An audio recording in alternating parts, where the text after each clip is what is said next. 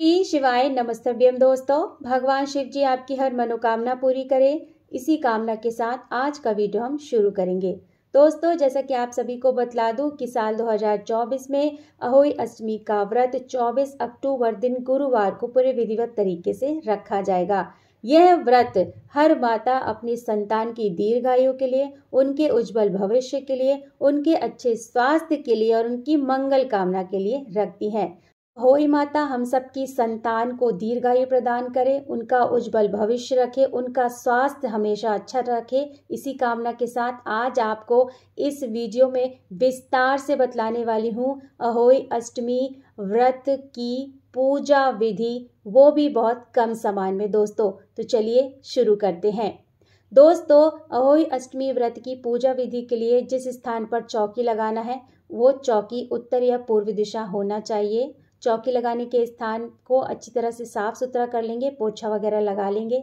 चौकी लगाकर उस चौकी पर लाल रंग का या पीला रंग का पूजा का कपड़ा हमको बिछाना है। साथ ही साथ अहोई अष्टमी माता का कैलेंडर या फोटो हम इस तरह से रख लेंगे, चावल का आसन देके या फूलों का आसन देके। देखिए दोस्तों, बहुत सारे घरों में विधान है 2 घट जो है वो रखे जाते हैं। मैं यहाँ एक ही घट रखती हूँ और इस तरह से अपने घट में मैंने स्वास्तिक बना लिया है, अच्छी तरह से उसको सजा लिया है, जैसा कि आप देख सकते हैं। अगर आपके यहाँ 2 घट रखे जाते हैं, एक घट में अनाज रखा जाता है और एक घट में जल रखा जाता है, तो आप 2 घट रख सकते हैं।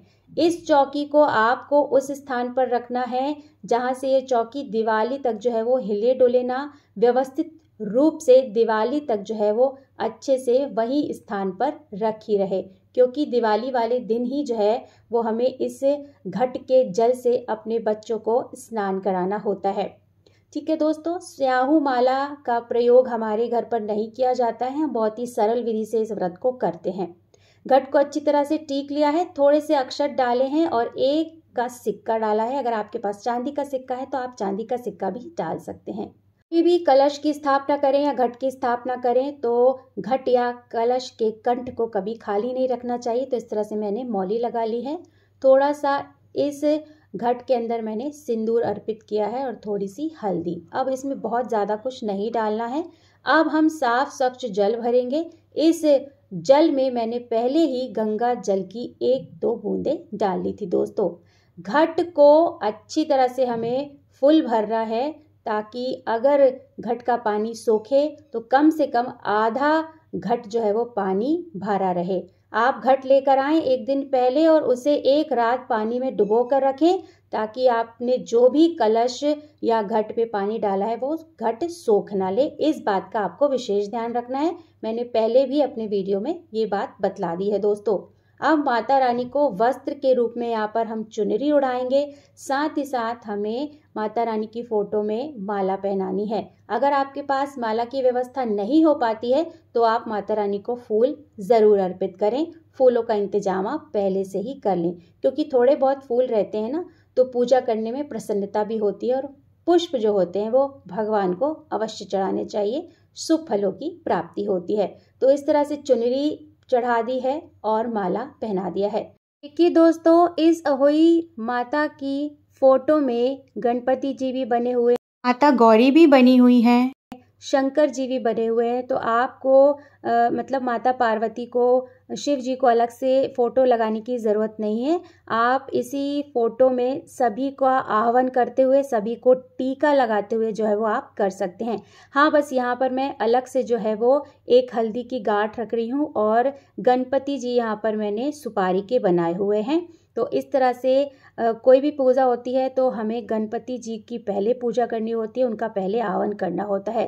तो दीपक पे चावल का आसन देके और फूलों का आसन देके दीप प्रज्वलित कर लिया है। अब अपनी पूजा प्रारंभ कर रहे हैं। सबसे पहले यहाँ पर गणेश जी को जो है वो टीका करेंगे, उनको अक्षत चढ़ाएंगे। साथ ही साथ माता रानी को और माता रानी की फोटो में जितने भी प्रतिमाएं बनी हुई हैं भगवान की, सबका आह्वान करेंगे, सबको टीका लगाएंगे। वस्त्र के रूप में यहाँ पर मैंने गणपति जी को कलावा अर्पित कर दिया है। माता रानी की फोटो के सीधे हाथ पर हमें घट की स्थापना करनी है। थोड़ा सा चावलों का आसन देना है। आप फूलों का भी आसन दे सकते हैं। और इस तरह से मैंने यहाँ पर एक पात्र रख लिया है। उस पात्र के ऊपर मैं जो है वो घट की स्थापना करूँगी, क्योंकि अगर पानी जो है वो रिसेगा, जो सूखेगा तो चौकी के कपड़े पर लगेगा दोस्तों। तो इस तरह से एक यहाँ पर पात्र रख लिया है और उस पात्र को यहाँ पे रख के उसके ऊपर जो है वो हम घट की स्थापना करेंगे। अगर पानी रिसेगा भी तो उस पात्र पे जाकर एकत्रित हो जाएगा। ठीक है दोस्तों, ये जो घट में हम जल भरते हैं तो ये बहुत ही ज़्यादा पवित्र जल होता है, क्योंकि इसमें अहोई माता का पूरा आशीर्वाद होता है। माता रानी इस पर आकर स्वयं अपना आशीर्वाद बरसाती हैं। दोस्तों, यहाँ पर घट को टीक लिया है और पुष्प भी अर्पित कर दिए हैं। अब घट के ऊपर जो दिया आता है उसको हम घट के ऊपर रख देंगे। अब यहाँ पर 5 की संख्या में या 5 से ज़्यादा की संख्या में आप सिंगाड़े रख सकते हैं। कच्चे सिंगाड़े भी रख सकते हैं, उबले हुए सिंगाड़े भी रख सकते हैं। इस व्रत पूजा में सिंगाड़े का बहुत ही ज़्यादा महत्व बतलाया गया है, तो आप सिंगाड़े अवश्य रखें इस तरह से कलश के ऊपर। साथ ही साथ हम यहाँ पर जो है वो बताशे भी रख देंगे। 5 से कम नहीं रखना है सिंगाड़े, इस बात का ध्यान रखिएगा। अब यहाँ पर मैंने गणेश जी को भी जो है वो फल अर्पित कर दिए हैं और यहाँ अलग से पात्रों में सिंगाड़े और बताशे का भी भोग लगा दिया है। साथ ही साथ यहाँ पर श्रृंगार का सामान भी अर्पित कर दिया है। जैसे कि मैंने आपको बताया कि हमारे यहाँ स्याहू माला जो होती है उसको नहीं पूजा जाता है। इस तरह से रक्षा सूत्र जो है उसका ही माला बना लिया जाता है और फिर उसको ही पहन लिया जाता है। तो यहाँ पर मैंने पहले से ही तैयार कर ली थी इस माला को और इसे हम घट के ऊपर पहना देंगे, मतलब घट के ऊपर चढ़ा देंगे और फिर बाद में हम इसको ही पहनते हैं। तो इस तरह से सरल विधि से हमें पूजा करनी है। बहुत ही कम समय में आसानी से आप सरल विधि को अपनाकर इस तरह से पूजा कर सकते हैं। दोस्तों, आने वाली 24 अक्टूबर दिन गुरुवार अहोई अष्टमी व्रत के दिन इस तरह से हमारे यहाँ मीठे पुए बनाए जाते हैं। मीठे पुए का भी भोग मैंने अर्पित कर दिया है। दोस्तों, अब हाथ जोड़कर आह्वान करेंगे, माता रानी से प्रार्थना करेंगे कि माता रानी मेरे से जितना सामर्थ्य हुआ मैंने सामग्री जुटाई है और आपकी पूजा यहाँ पूरे विधिवत तरीके से मुझसे जैसा बनता है मैंने की है। आप मेरी पूजा को स्वीकार करें और मेरी संतान को दीर्घायु प्रदान करें, उनका अच्छा स्वास्थ्य रखें और उनका भविष्य उज्जवल बनाएं। इस तरह से हमको थोड़ी सी घंटी जो है वो अवश्य बजानी है। माता रानी को जो है वो धूप जलाकर अवश्य दिखाना है, तो धूप बत्ती जला देंगे। और इस तरह से यहाँ पर अगर आपको हवन भी करना है तो आप हवन भी कर सकते हैं।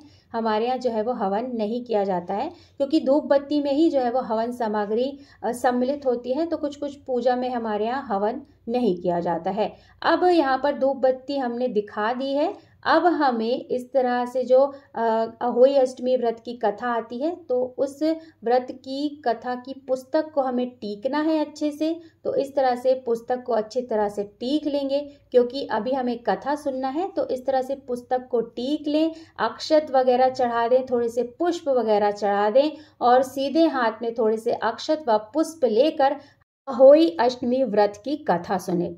कोई भी व्रत पूजा बिना कथा के पूर्ण नहीं माना जाता है। अहोई अष्टमी व्रत की कथा कम से कम आप 2 कहानियां अवश्य सुने।